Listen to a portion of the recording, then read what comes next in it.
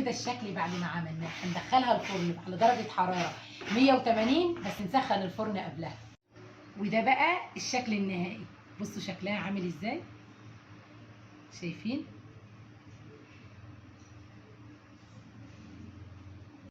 حبايب قلب ام عمر، تعالوا بالشوكه دي نعمل احلى حلب التمر. هنعمل مع بعض النهارده وصفه جميله وبسيطه وسهله وبمكونات بسيطه خالص. ايه هي المكونات؟ تعالوا نشوف. بيكنج باودر، لبن بودره، ذره ملح، فانيليا، 2 بيضه، معجون طبعا تمر، سكر، سمنه او زبده المتوفر عندك، كوبايه ميه، كوبايه زيت. هنحط البيض، نقلبهم مع بعض كويس، ننزل بالسكر والزيت لحد القوام ما يبقى كده. المكونات الجافه بقى نص كيلو دقيق، معلقه كبيره لبن بودره، بيكنج باودر، ذره ملح. نقلب بقى المكونات الجافه كده كلها مع بعضها وننزل بالخليط اللي احنا عملناه.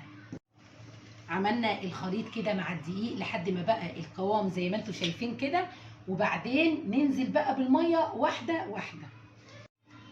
لمينا العجينه لحد بقت زي ما انتم شايفين كده. تعالوا بقى ايه نعمل العجوه. حطينا العجوه وننزل عليها كده بمعلقه سمنه، بمعلقه زبده اللي عندك.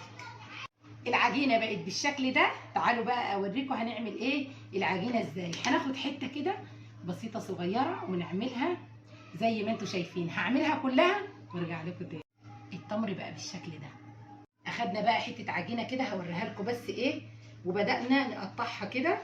خدنا قطعه بقى زي ما انتم شايفين قطعناها كده، والعجينه دي كلها هتتعمل نفس القصه دي. وهنعملها كده زي ما انتم شايفين، ونجيب الشوكه بقى ونعملها على الشوكه كده، اوكي.